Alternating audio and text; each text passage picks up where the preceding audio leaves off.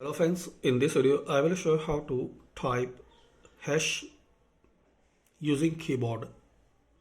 So as we can see, hash is on number 3 key on keyboard here.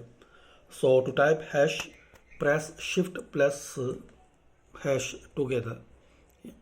I mean shift plus this number 3 key. So this way you can type hash. As we can see, shift plus combination number 3 key. So you can type hash. So thanks for watching, and guys, share, like and subscribe this channel.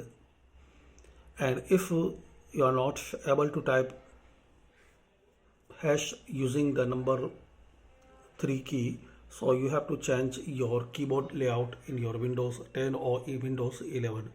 So check out description video. I will show you how to set US keyboard. So thanks for watching.